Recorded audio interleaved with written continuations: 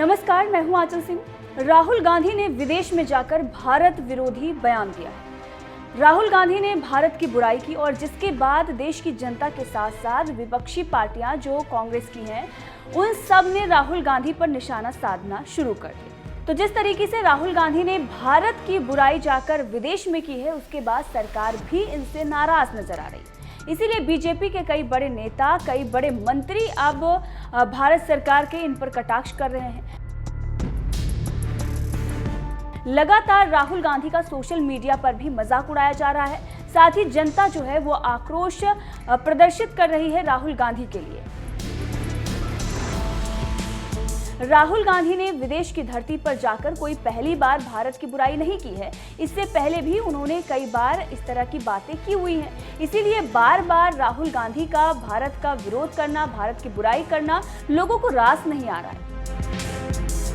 राहुल गांधी ने कहा कि भारत अब अच्छा नहीं रहा। अब इस पर सोशल मीडिया पर लोग राहुल गांधी को भला बुरा कह रहे हैं। ये कह रहे हैं कि जहां पर आपको अच्छा लग रहा है जाकर वहां पर बस जाइए।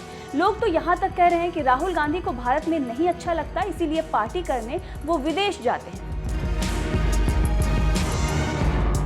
दरअसल कांग्रेस नेता राहुल गांधी ने शुक्रवार यानी कि 21 मई को कैम्ब्रिज यूनिवर्सिटी में आइडियाज फॉर इंडिया सम्मेलन में शामिल हुए थे और वहां उन्होंने यूक्रेन की तुलना भारत के लद्दाख और डोकलाम से कर दी थी। राहुल गांधी ने बयान दिया कि दोनों जगह पर चीन की सेना भारत की सीमा के अंदर बैठी है। चीन अगर वहां निर्माण कर रहा है तो किसी तैयारी के लिए कर रहा है, लेकिन सरकार इस पर बात नहीं करती है। तो राहुल गांधी ने जो ये बयान दिया, सीधे सीधे उन्होंने सरकार पर निशाना साधा और इसके साथ ही हमारी सेना पर भी सवाल खड़े कर दिए। अब यही जनता को रास नहीं आया और राहुल गांधी के इस बयान पर केंद्रीय मंत्री मुख्तार अब्बास नकवी ने भी बड़ा आरोप लगा दिया और कहा कि आपराधिक साजिश के तहत ही कोई ऐसा बयान दे सकता है। हर हिंदुस्तानी हिंदुस्तान की खुशहाली की दुआ करता है, लेकिन ये जो सामंती लोग हैं ये विदेश में बैठकर हिंदुस्तान की बदहाली की बद्दुआ करते हैं। लेकिन अफसोस इस बात की है कि इनको हमेशा निराशा ही हाथ लगती है। नकवी ने इसके बाद कहा कि दिक्कत यह है कि सामंती सुरूर में जो चकनाचूर लोग हैं, उन्हें आज ये समझ में नहीं आता कि बिना जमीन के जमींदारी उनकी खत्म हो चुकी है, बिना जनाधार के जागीरदारी का युग खत्म हो चुका है। नकवी ने कहा कि जिस तरह से पार्टी में पलायन चल रहा है कांग्रेस के, जिस तरह से कांग्रेस पार्टी पूरी तरह बदहाल हो चुकी है, उसके बाद भी इनकी बेवकूफियां आसमान पर हैं।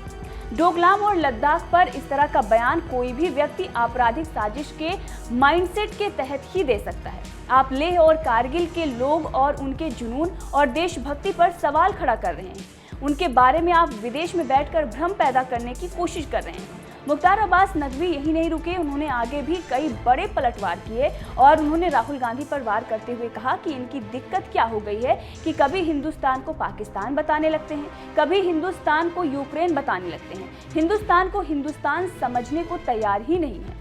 इनको हम इतना ही कहेंगे, गेट वेल सून। तो राहुल गांधी के बयान पर इस तरीके से केंद्रीय मंत्री ने पलटवार किया है। वहीं पर जनता भी अपना आक्रोश दिखा रही है। राहुल गांधी ने जो बयान दिया है उस पर कांग्रेस से भी सवाल पूछे जा रहे हैं और सवाल जो है राहुल गांधी, सोनिया गांधी, प्रियंका गांधी वाड्रा से भी हैं कि आप जो भारत जोड़ो की बात कहते हैं, लेकिन विदेश में जाकर आप उसी भारत की बुराई करते हैं। बहरहाल राहुल गांधी के इस बयान पर और केंद्रीय मंत्री के पलटवार पर आपका क्या कहना है, कमेंट करके जरूर बताएं।